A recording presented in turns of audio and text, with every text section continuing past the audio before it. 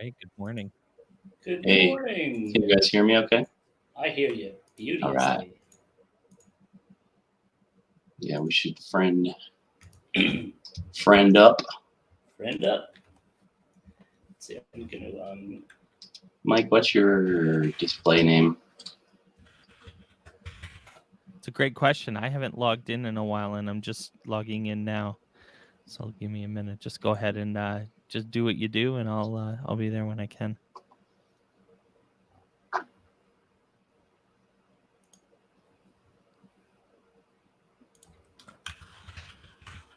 So what are we doing today, Mr. Isaacs? So good point. Are we on live? Like in real life? Yeah, it's 9 o'clock. Nice. Welcome everybody. We are live. Okay. So we are here with a very special guest, Cleverlike today, as well as Mr. Washburn and myself. We are talking Fortnite Creative, and I guess we're gonna get rolling shortly in game, but I did want to kind of talk about a few things, kind of about what's happening at Epic Games and how they're supporting education and awesome stuff like that. So for starters, and I guess I need to share a different screen with you, Mike. Let me see if that'll work. Need Cleverlike to click share screen at the bottom as well, please. Okay, but I can. If I should stop sharing and then probably share this new screen for a moment here. Okay, let's see. Chrome. We'll look at my loading screen in the meantime. All right, here we go. All right, I've got something shared here. So that's on there live now, yay.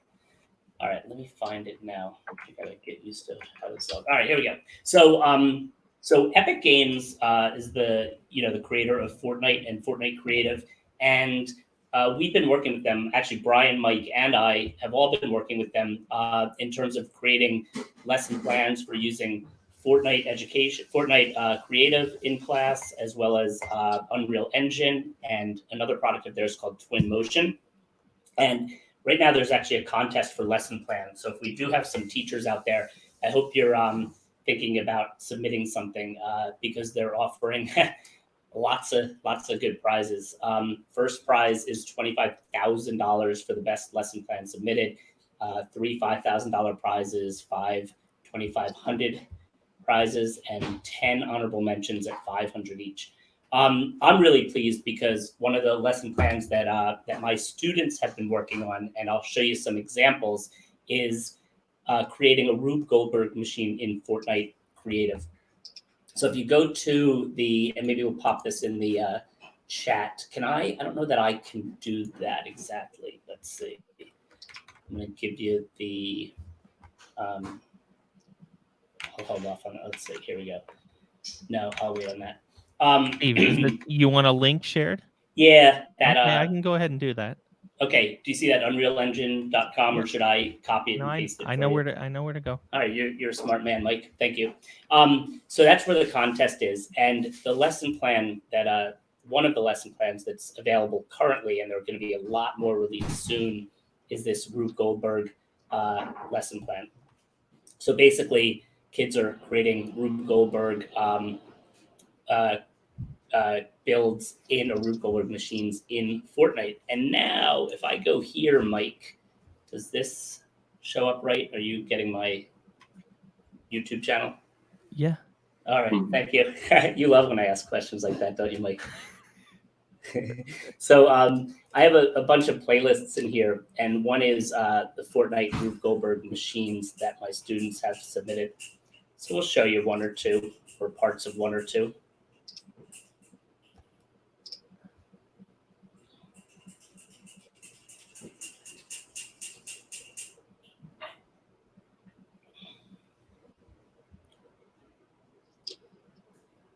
That's the cool thing about Fortnite Creative is they have all these devices that you can implement into the game and create interactivity.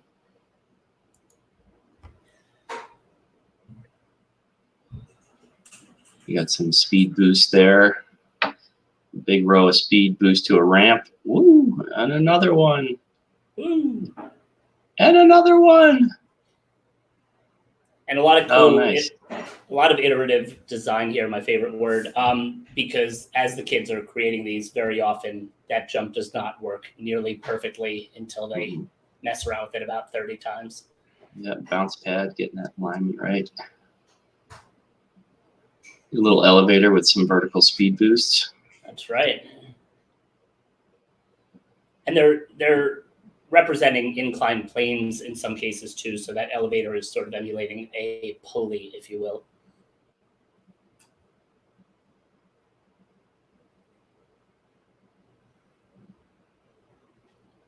Oh, into the funnel. Yep. Oh. Oh, so trap. Nice. Some bounce pads here. Let's see. Nice. Now, I don't know if you notice this for you teachers out there, but we often, when we hear Fortnite, it's easy to think like Fortnite Battle Royale and whatnot, and sometimes hard to think, so where does that play into school? But Fortnite Creative is a complete sandbox environment that, as you can see, this project here, no need for guns or violence or anything.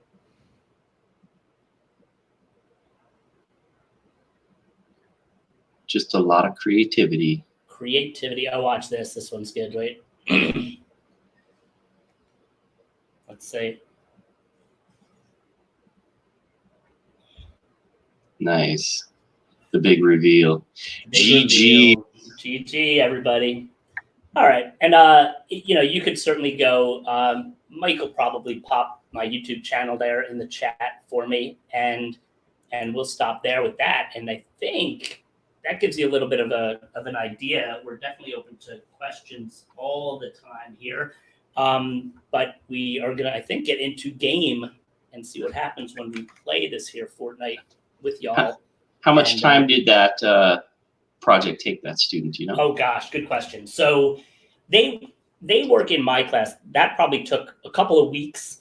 It doesn't have to be that long though, if you're talking about, how much time to allot in class, because they could have created something, smaller, in much less time. But I would say, generally speaking, I have kids work anywhere from 2 class periods to create it to 2 weeks. And the other thing is, before that, they have to come up with a plan for it. So I have, and I'll probably show later, one of the blog posts where it shows like the whole sketch that the kids had to do they come up with a sketch, they come up with the description, they talk about how they're going to automate it and all that. So there's the whole planning phase, which is crucially important in the iterative design process. So they plan it, they start building it, they test it, fix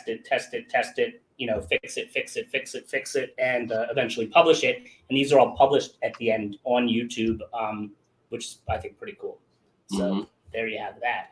So let me go back to StreamYard here, if I can find it. I'm going to, don't know. Let's see. I'm going to change what I'm sharing to be my Fortnite, but we're going to be going into lost connection to my camera. Too bad. We'll be sharing probably mostly Cleverlike screen while we're in Fortnite. I realized I'm M. Washburn, which seems, Okay.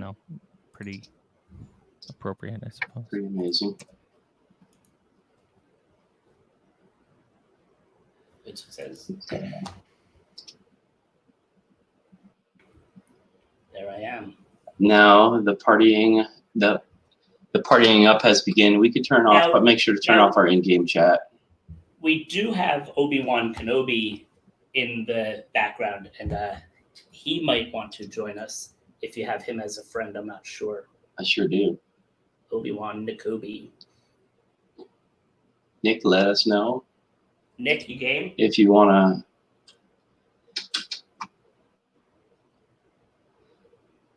to, he could jump in anytime as well. So,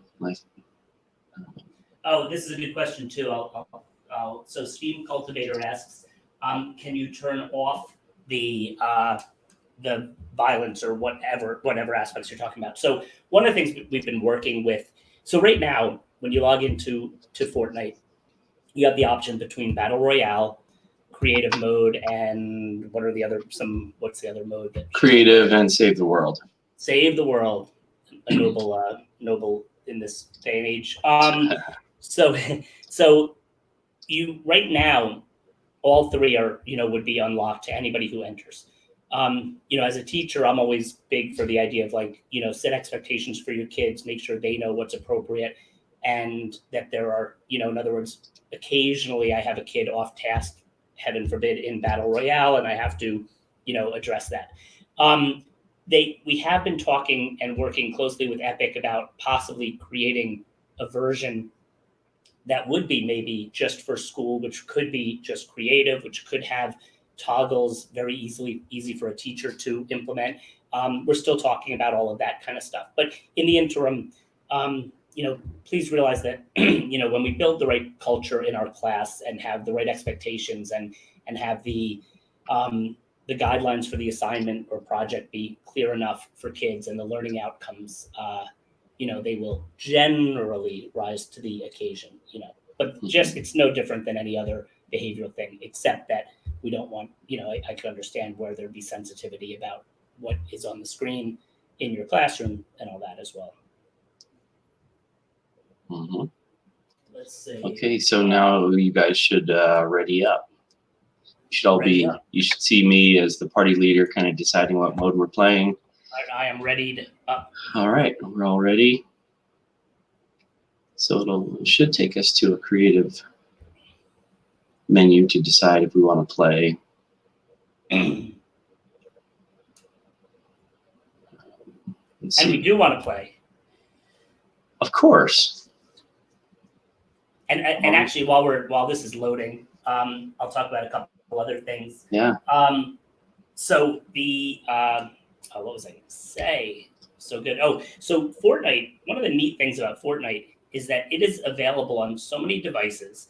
It is cross, compatible on everything. So if you are working on a group project, and I have kids working right now at home, and they are, they're in this situation where, they're at home and they can still pretty easily connect with each other to work on a project, or certainly work on their own in, regardless of the device. So I have kids working on the computer in school, which is linked to their same, it's the same account if they're on the Xbox, on the PlayStation, on the Nintendo Switch, on their phone. So we've yet to see in education, I think, a tool that was that cross-compatible, not to mention how engaging. I'm going to follow Cleverlike here. Oops. Okay, so we're in a lobby. This lobby is actually made, they swap them out every week or so, and it is made in Fortnite Creative. So you get a chance to submit them and get featured. The benefit here is they say consider using code, and then their code name, and they get a percentage of sales and stuff like that. So this is kind of like the business model in, getting paid for your art in this scenario. Up top, these four riffs up here with the images on them. These are games that were created by other people that are getting featured. You could also go to these little computer consoles and change them. Change the destination to a different map. So for instance, if those have shooting games on them or something like that, you could change it to a different type of game and go there. So I'm going to go up to my computer console here, the change destination. I'm going to hit E to use it. So the cool thing is, no matter what device you're using, just like Steve was saying, it uses a lot of different devices. You'll see a little, next to use console, you see a little E in a box. So for me, E is the key that uses the console for interact. If you're on a PlayStation or Xbox or any other device, it'll kind of give you a hint of what you need to press to do that. So that's something you're going to use throughout. So let's create a new island. So we're going to have a blank island that we can work with, and could pick. What do you guys want to pick? Something kind of flat and accessible, like a little shoreline island. How about that? We could act like we're at the beach, and then we could say creative project. Okay. There we go. So now it's changing the rift to that island as my destination. Hey guys, are you ready to jump in? Let's go. Yeah, absolutely.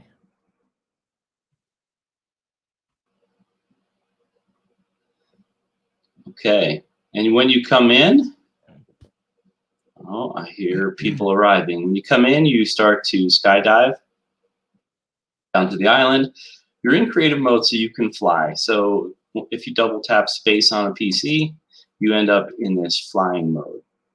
And so that's helpful for manipulating your island, right? So what you're going to be able to do is with this, if you notice off to the left, you have, I can't really show it because it gets covered, but if you notice off to the left, you see B options. So the B key brings up my options. So that's fun.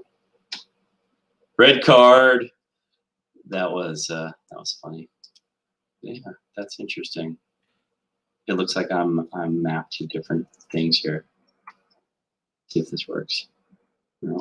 It doesn't look like I can fly. You said press spacebar twice to fly. Okay. Yeah. So let me make sure that I give you guys permissions here on the island. So I'm going to go into my inventory, which is for me is V. And yours could be mapped to something else like tab or E or whatever you want it to be mapped to. But if I go into the into my island, I could access a lot of the island rules and things like that. So if I go to permissions, I could see who's in my island. So I have M. Washburn and G. Whams. I could change them both to edit capability if I trust them. And they can now, you should be able to fly. And you should be able to edit and manipulate things on the island. There we go, flying. Correct. All right.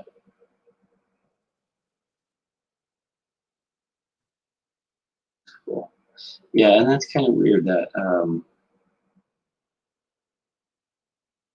my mapping is off. So I'm going to check that real quick. So if you want to change your keybinds, your actions, your actions that connect to different commands, you can go into the settings, and then if I look over here, I've got these arrows, my keyboard binding presets. So in Creative, it's going to have its own category. Let's see, building. It's funny that there's no collision with the ground. Okay, so see your, you should have like a blue highlight around your skin. Yeah. That's the phasing turned on. In your options, you should be able to turn phasing off. Oh. So I'm going to make my G and see if that is any better. And make sure we're okay here. So usually it'll tell you if you're overwriting an existing keybind, it'll tell you. So if I do G, yeah, it's not working for me. That's very strange. Very strange. All right, well, let's do some building anyway. We'll keep our phasing on. So let's go off to the next step here and talk about how you might. So like Steve was saying, you could use this in a project. So the cool thing is, like, you get students motivated to want to do something that connects with their learning inside of the game, you know, for them to create something really powerful. So one of the basics in Fortnite that makes it a really interesting game in all of the gameplay is the building component. A lot of games don't have this type of component built in. So what we can do is, you'll see here on our right hand side, you'll see we have stacks of wood, we have bricks, and we have steel. And that's off to my right side of my screen there. And what I'm going to do is we're going to highlight some of this here. So you can see I've picked a ramp, and this blue highlight shows where the ramp is going to be placed when I execute that. So you can see on the actual ramp, there is, again, those little lookups. So Q would edit it. The material, changing the material is the right mouse button for me. So changing it to brick, changing it to brick, changing it to steel, changing it back to wood. Tab rotates it, so you can see tab will place the ramp in a different direction. And then the left mouse click will build it. So now I have that physical ramp. Even though it's being built, this is the one thing I worried about when I first started playing. I'm like, well, the ramp, it's not even built, it's not even sturdy yet. But you can start build it, you can start walking on it as soon as you execute build. And the thing about the different materials is that you can see it's actually kind of building itself. The more durable it is, the longer it takes to build. This is more relevant in the battle aspects of the game, but you can see that building aspect is kind of built in part of the game, so don't let that distract you or discourage you. Wood ramps build faster, so we'll try to stick to those. Now, another important part of the game is, like, say you get up here and you're building some really elaborate structure, right? And you've got this house here. All right, so now you've been working on some stuff for a while, and you've got your masterpiece. I actually had this in one of my summer camps. We did a kind of a programming lesson in that, and so what one of the kids did, they built this huge platform. And the important thing is that there is a little bit of physics. Obviously, this is not realistic, but it does need to be grounded. So this build needs to be connected to the ground. So if I break this piece here, you'll see the entire, oh no! So you can imagine the student, his entire project that was spanning almost the whole island, but it was only connected to the ground by one piece. He accidentally deleted that piece, and the entire build disappeared. There is no undo button. So it was, I guess we call that a learning moment, right? So it's important. So ways to combat that is, if you do have some building that you're doing, one of the things you can do is you can get multiple points of contact. So just think about if you're building up off the ground, think about how you're going to connect that structure so that if you accidentally delete a piece, you won't lose the entire build, right? So this is your traditional in-game building. This is you can build really cool stuff. So one of the cool things here is that there is an edit mode of anything you build. So if I hit Q to go into edit mode, you see I have a grid panel here. So if I want to put a window, I can click this box and confirm by pressing Q again, and now it changes it to build a window. And so you can see that it's red, like this combination doesn't result in any change of the build. It's a failed edit. Oh, that's awkward. I'm in windowed mode, and it's like, I think that's my problem. I'm gonna go to full screen and see if that helps my,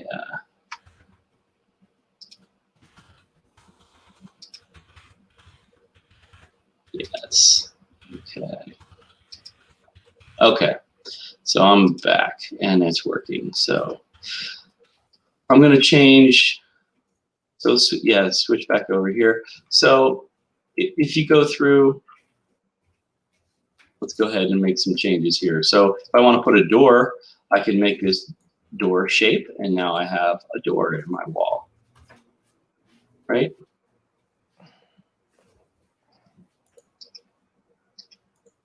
Yeah, we don't want to do that. That would be bad. So now you see this combination. Let's see what that reveals. An archway, entryway. That's pretty cool. So you can see there are different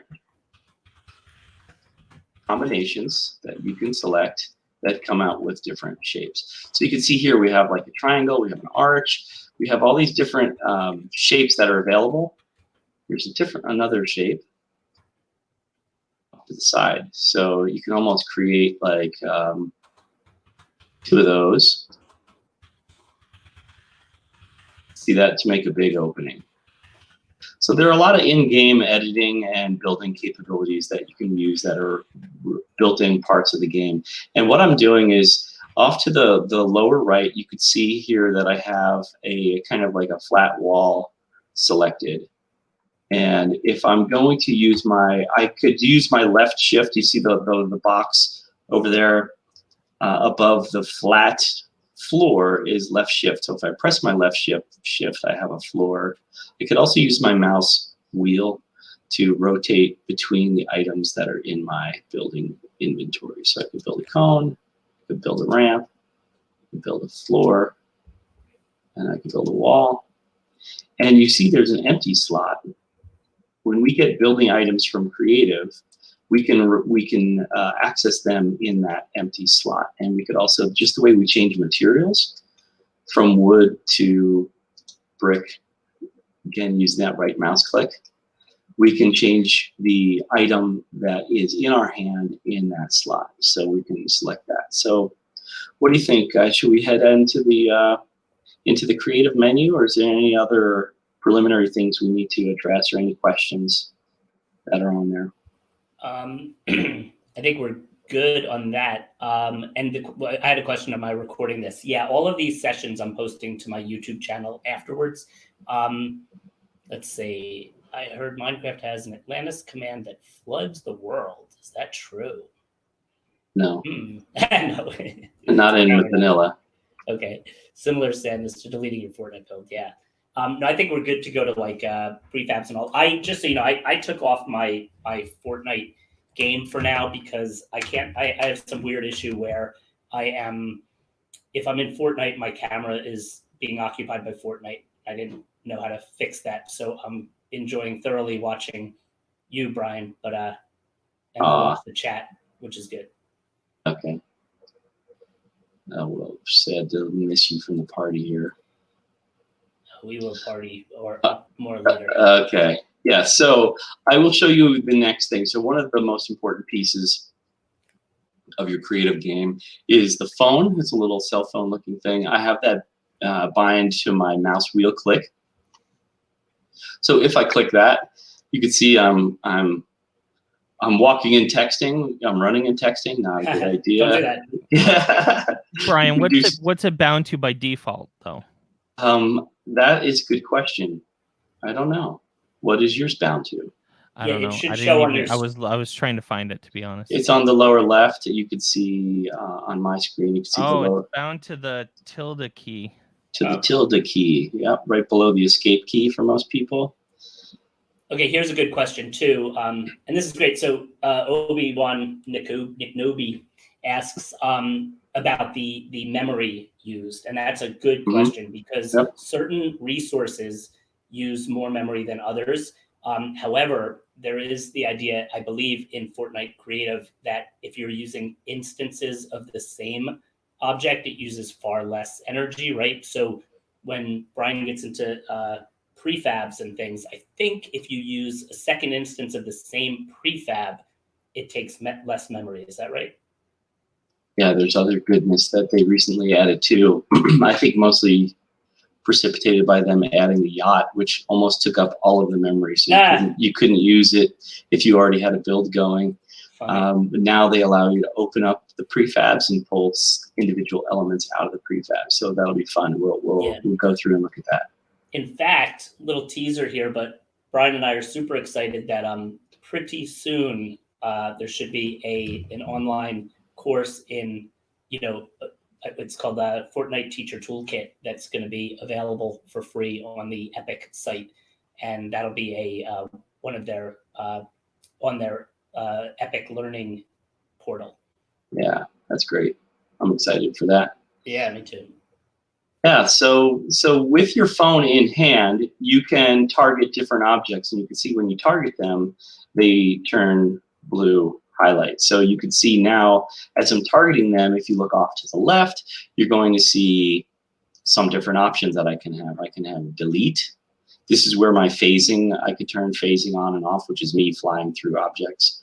I can change my flight speed, go to my inventory. But the one useful and thing you have to be extra careful of, because remember, if you delete your ground elements by pressing X on them, X, and lastly X, boom, you would lose everything, right? So we'll just make sure we always have things grounded. And what I'm going to do is I'm going to go off to my inventory, hit V for my inventory. You can look for your keybind for inventory.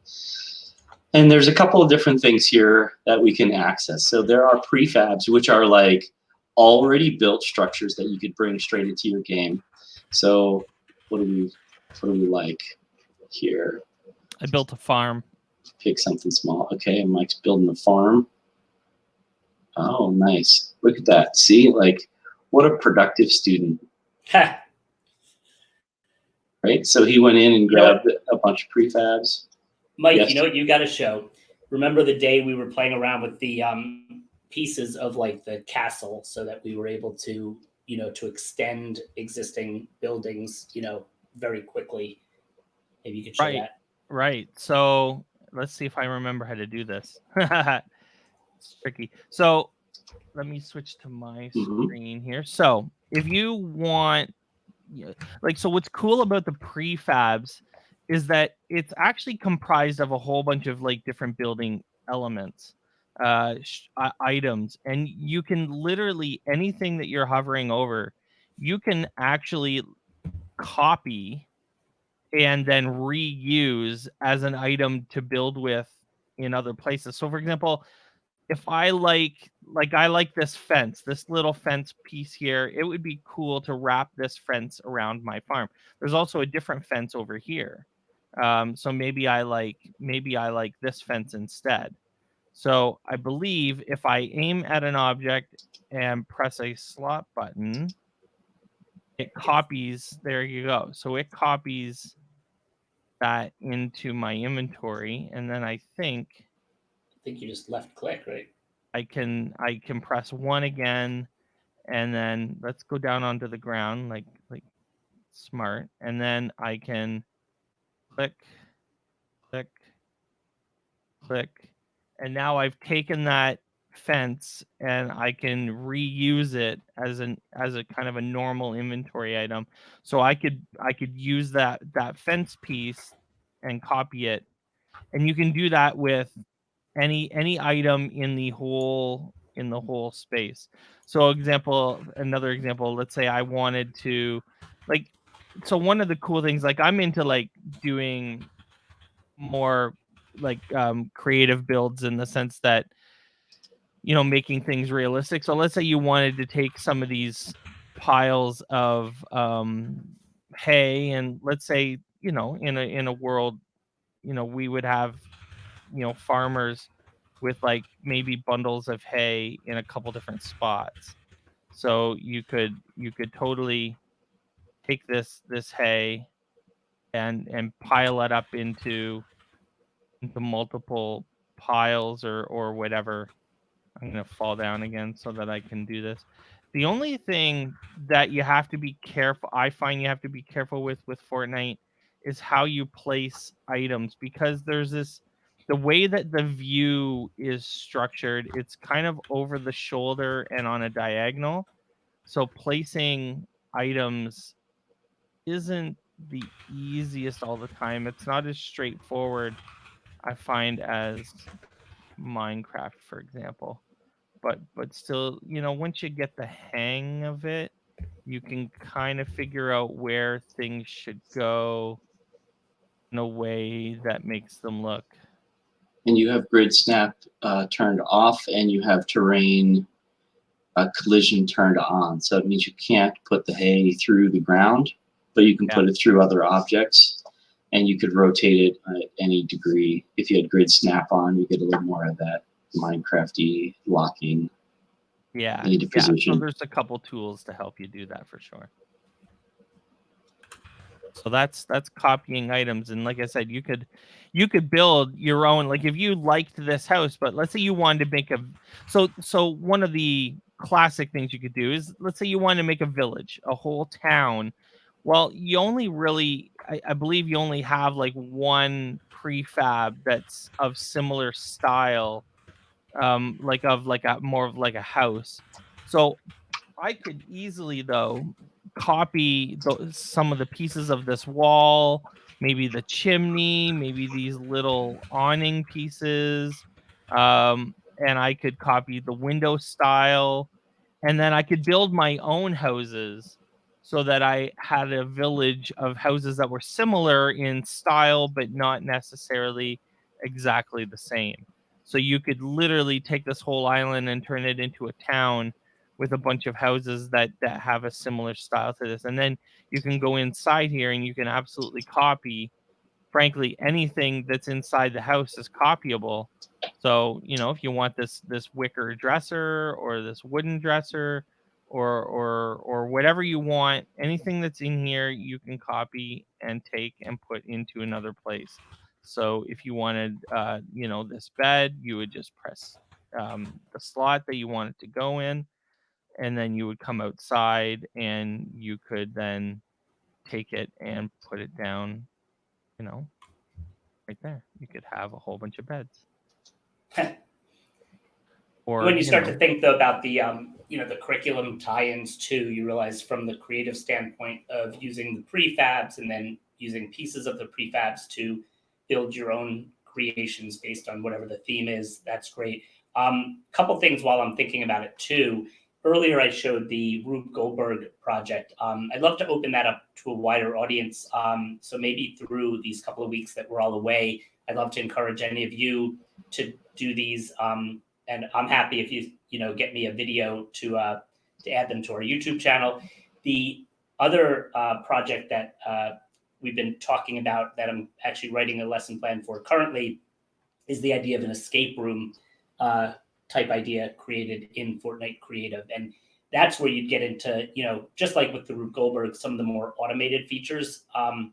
So I have a feeling hopefully towards the end, maybe Cleverlike will be able to at least demo some of that functionality so you can see how some of the, like, whether it be the speed boosts or the radios and triggers work and all. Definitely. So one of the things Mike was doing was he was grabbing a prefab from this, equipping it into his inventory. So you can see it's in my inventory here. The other thing you can do is open it, and let's just say like the bed that he was working with was right here. I can take that bed out, or I can take a different bed and place it. You can see now I have the bed from the house that I can place, so this person can join us in our camp out here without bringing in the entire prefab. So like we were talking about early, the memory, so top center, there's a yellow bar at this point in time. It's 19,304 out of 100,000 total. So you are limited on the amount of memory, the amount of objects you can have in your world. And, you know, adding a prefab structure is a lot of memory. And it's also, especially if you're going to just take some pieces off of it and use that. So you're going to want to look at using the open and pulling items out of prefabs, which is really super helpful. And I really like the way these are shown here. They're a lot easier to see. And let's talk about some building elements here. So I'm going to grab a floor, and I'll add that to my quick bar, and a wall. And that's my quick bar and a roof. All right, so let's go back to the game. And let's see, so now I've got some of the different elements there. So one of the pains, it's not terribly painful, but when you bring in a prefab in the old way, where you bring in the prefab and you take the pieces off of it, and then you have to delete all of your prefabs that you have laying around because you don't need them anymore. You'd have to delete every single element individually, which is a little time consuming. It's actually done pretty quickly by just pointing the phone and holding down the X key and just deleting everything that way. So in this case, what I'm going to do is I'm going to show some of the different elements. Like you can see over here, there's a giant pumpkin. Congratulations on that giant pumpkin. He's taking a nap here. So what I did was I took one of the pumpkin props from this prefab and placed that around. And I also was able to resize it. So you can grab a prop. These are called props, and I could switch from rotation mode. So I'm spinning it. You can see kind of the stem there is rotating. If I hit tab, I can rotate it on a different axis. Tab again, rotate it on a different axis. Okay, and then if I place it, you can see kind of now this pumpkin has been rotated. You can also change the size of it. So in my case, I held down the right mouse button to get into that mode. So you could see on my left-hand side, you can see resize is the right mouse click to hold, and it's turned on. So I toggle between resizing and rotating by holding down my right click. So in this case, I can look at my axis of scaling basically. So you can see I can make it fatter or make it skinnier. Right. We'll keep it tall, but we'll make it skinnier. And now you see we have one of those tall skinny pumpkins. Okay, so those are props. And now we have, with our phone, we'll have, I'm going to place the floor. So I pick, so I'm going to pick the one here, place it. Let's see, can we build? Interesting. I'm going to go back to my creative. I may have made a tower of beds. Tower of beds. This is, it's got some fantasy unit that you guys are working on in class. It's the sort of dream navigation. One of the cool projects that my son did for school was they were studying the colonies, and they were able to pick. The idea was, it's a zombie invasion. You need to pick where you're located and what you're bringing with you. And so he was able to pick the region that he wanted and create that region in Fortnite Creative, and basically turn the entire project into an experience in the game rather than a written story or a drawing. And so, not that either of those are bad, but that was a good way. I've never seen him spend so much time on a social studies project before, that he can create it in Fortnite. And I think that's the beauty of what we're trying to do here, is meet kids where they're excited and motivated and get them to learn the subject matter that way. All right, so let's go back into creative. So we've got our prefabs. There's a nice little search tool you can use to go through your prefabs. Let's go through. Next thing is galleries. So the cool thing about galleries is that they're like prefabs, except they're just an organized collection of items that you can use. So like if we go to this garage gallery, equip it, and then go back, in our arsenal of weapons is this gallery. So you can see I am ready to throw it. I'm holding the trigger down. I haven't let go of the trigger yet. It's showing me how much space this is going to occupy and where it's going to go. So when I let go of the button, it places that gallery on the ground. So the cool thing here, just like Mike was showing with the ability to edit things, so we can grab this wall, and we've got our snapping is kind of some fine movement. You see, we're not able to rotate the wall. It's always staying facing the same direction. So I'm going to change my grid snap. Right, the grid snap is like how the increments that it locks in on. So this is like half block increments, and then this is like 1 block increments. So if I click it there, click it there, right?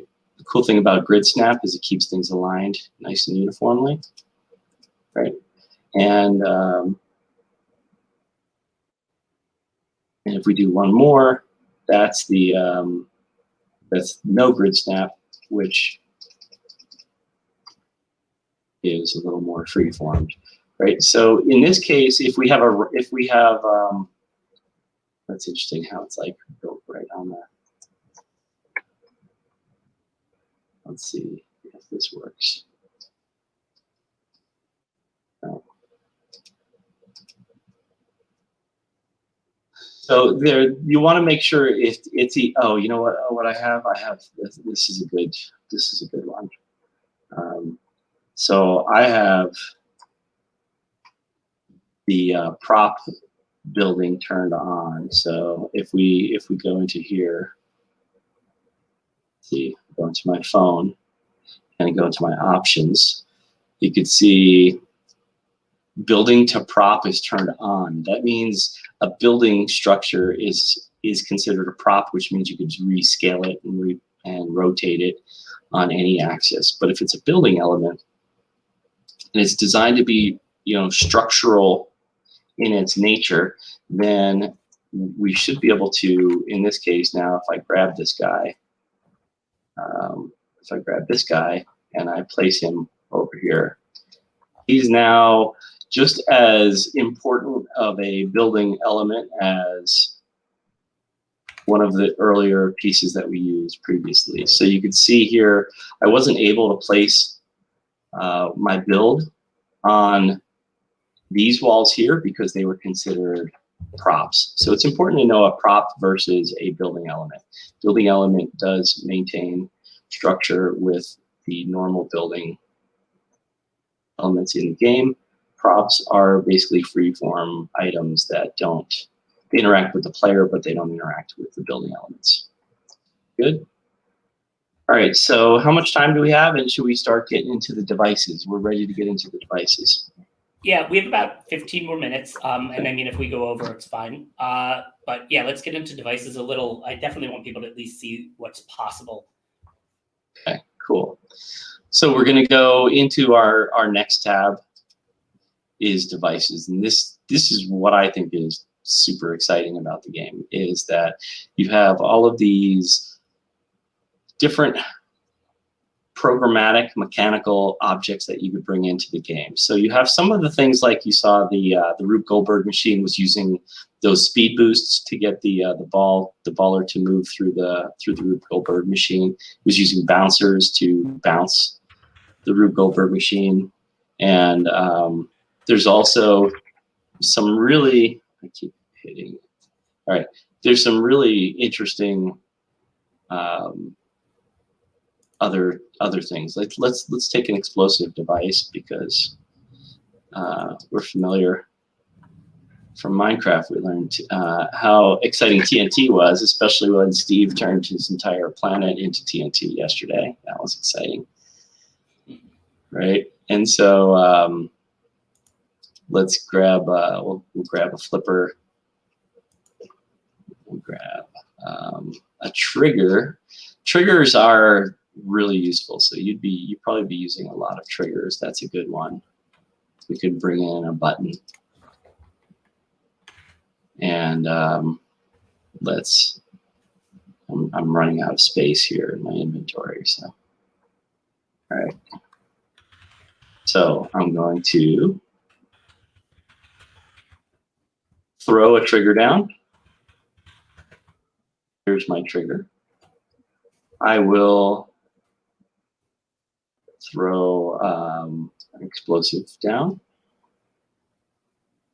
Okay, so in this scenario, we want to create, let's say, a secret door that you don't have access to. You know, inside here is going to be something important. And you want to kind of create a way for the player to kind of trigger that, right? So let's grab our pumpkin. Mr. Prize Pumpkin. And you know, we'll put him, for now, we'll just put him close to the trigger. Right? And so it'll basically be like when you walk up to the pumpkin, the and we'll make this a baby pumpkin, and we'll put the big pumpkin guy inside here. All right, so we'll just kind of see how this goes. So I've kind of set up a little scenario here. We can walk up to these devices, and as you walk up to them, you see the customize menu. Again, mine is bound to E. Yours might be bound to something else. Just look at the little hint text. And this is where it gets really interesting, is the settings to customize the trigger.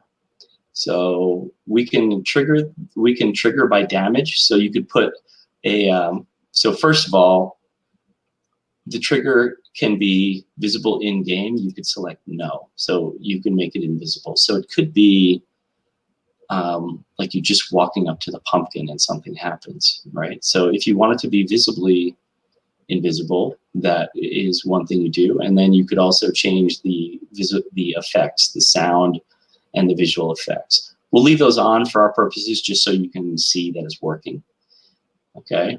And you could set how many times triggers work, how many times until they work. So if you walk past a certain trigger 5 times, so you want this to transmit every 5, it will transmit once on the 5th trigger rather than every single trigger.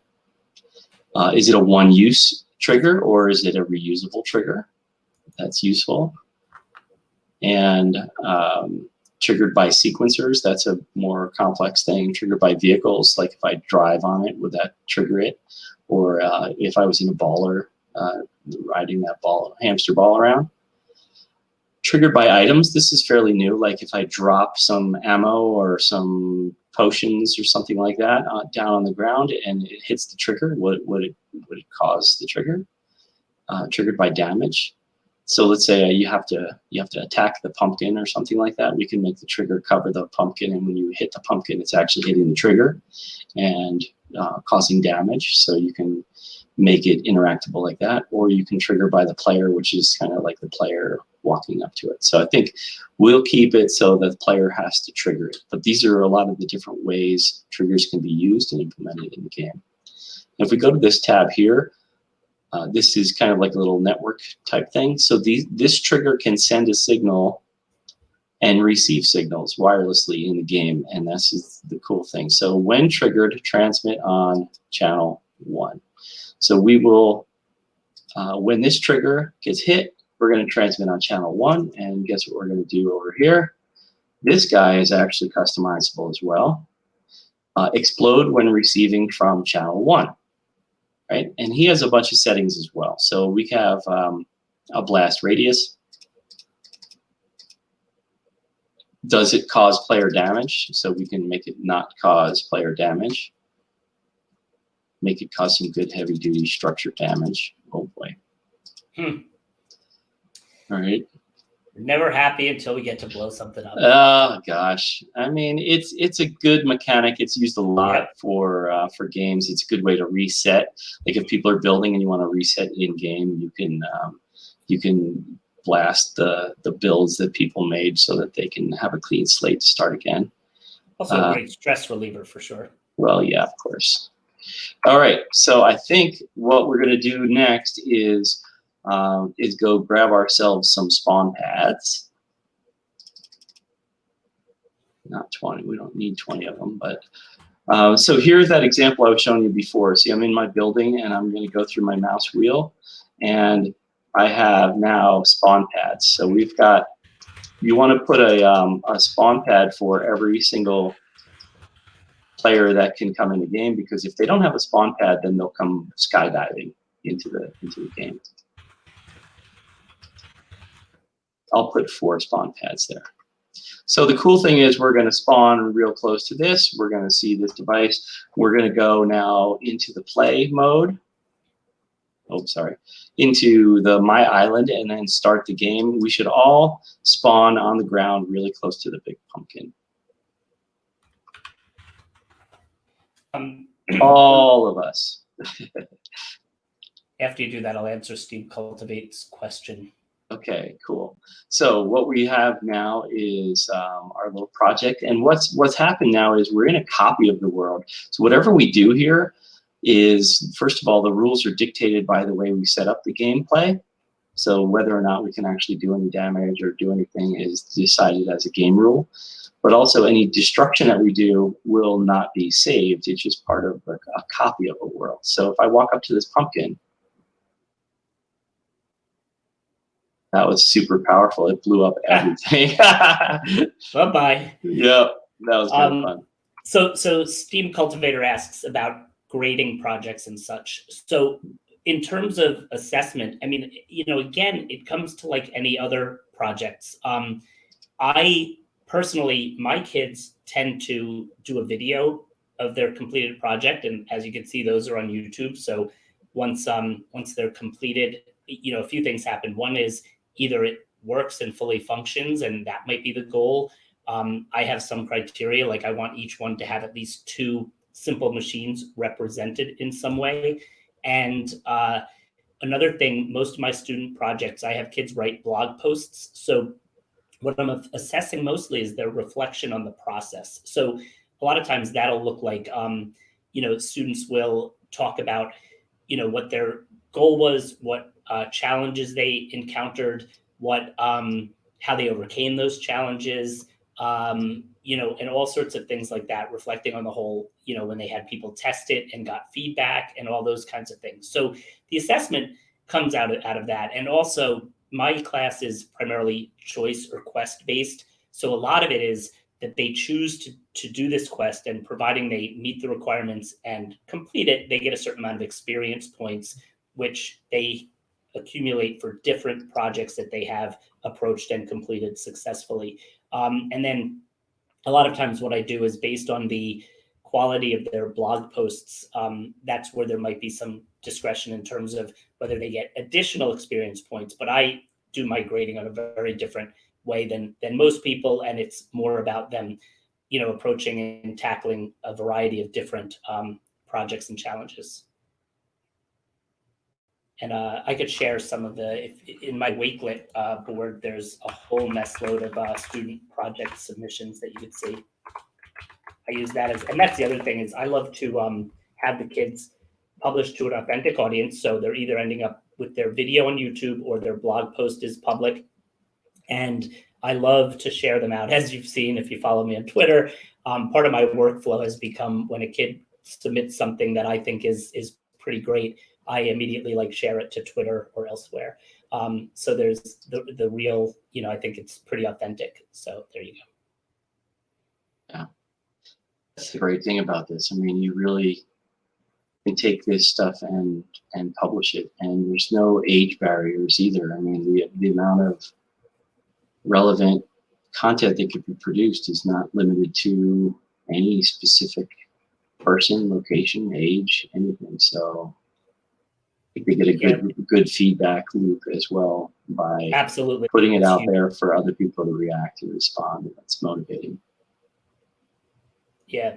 And you know, I have students in the stream right now that could probably vouch for the fact that a lot of these projects they've put far more work into because they've become excited and motivated by what they're working on. Like Tacky Zach is here, and he did some pretty amazing stuff with Fortnite Creative, both in terms of creating games and his Rube Goldberg machine, which I'm sure is in that playlist. Nice. Welcome and back, yes, he's Zach. definitely writing. And Renchi is here. Yay! Yay.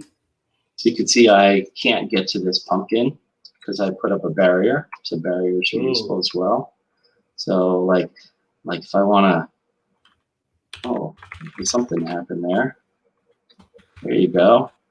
So I changed the trigger to turn the barrier off when you hit a certain point. So barriers can be colored in translucent, solid, sky, whatever. This one was invisible, and the trigger is invisible.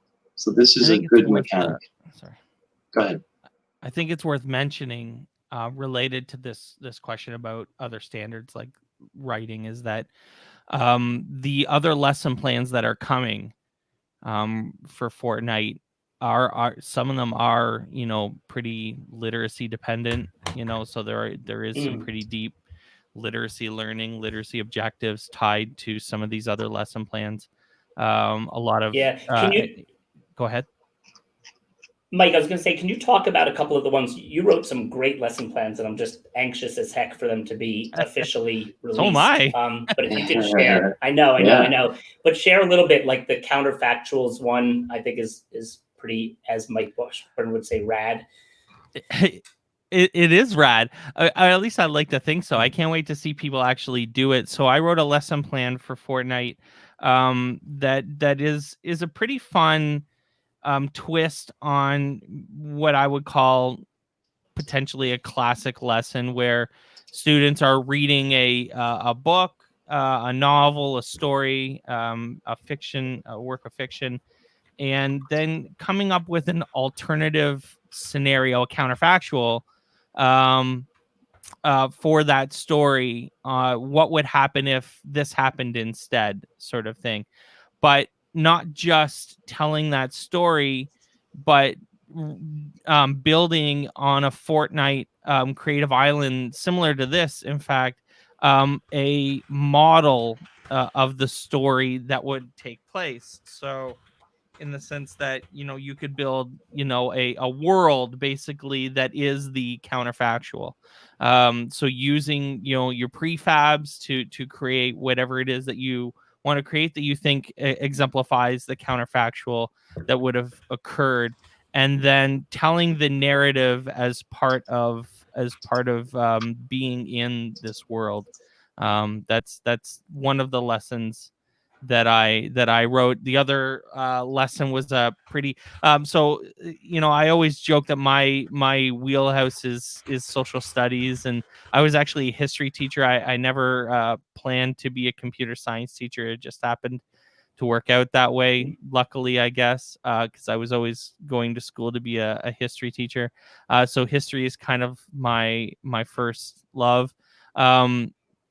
And I've always loved doing interesting ways of doing timelines of different events.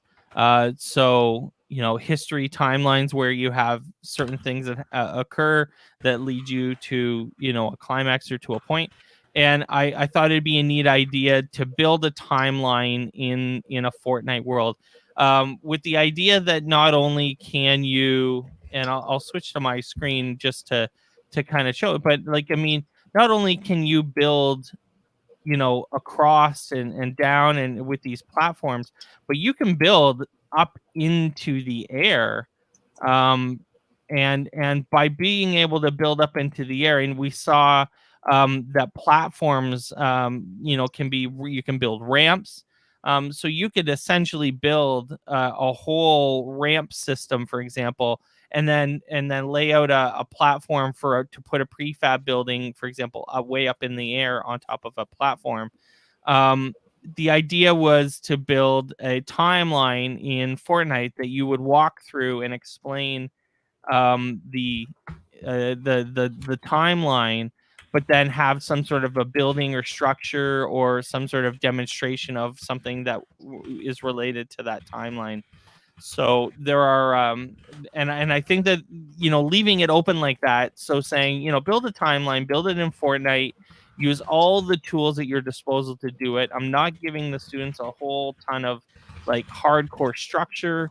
I'm just saying, you know, you have tons of tools at your disposal. You have all of this, not only horizontal space, but, you know, pretty huge amounts of vertical space as well to build. And nothing is really stopping you from doing that. Like, oh, so I did hit the roof there. There it is, right around there is your roof. So you have, as you can see, you have quite a huge amount of vertical space in addition to the horizontal space to build, and there's nothing that should stop you from exploring that whole space and doing something interesting. Thanks, Mike. Of course. Mm-hmm. So, you know, like I said before, with regard to the contest Epic is holding. I mean, the whole goal there is to bring educators together to create a repository of lessons that we can all share. So I hope people will start thinking, and creating lesson plans. Remember, you don't have to be the expert at Fortnite Creative, and you probably won't be. It'll be your students that are the experts. As educators, we kind of guide the process, and I think as when we set good projects moving forward with clear learning objectives, I think the kids do amazing things. Like that Rube Goldberg project, a lot of the stuff the kids are doing in there, I don't know that I could do myself, but they figure it out. And I think that talk about problem-based learning and project-based learning, it's really pretty tremendous. And so remember that part. Like, in other words, if you have a good lesson plan that works with something else, you could pretty easily translate it to allowing the students to create what it is that you're looking for, but in an environment that's comfortable and where they live, so to speak.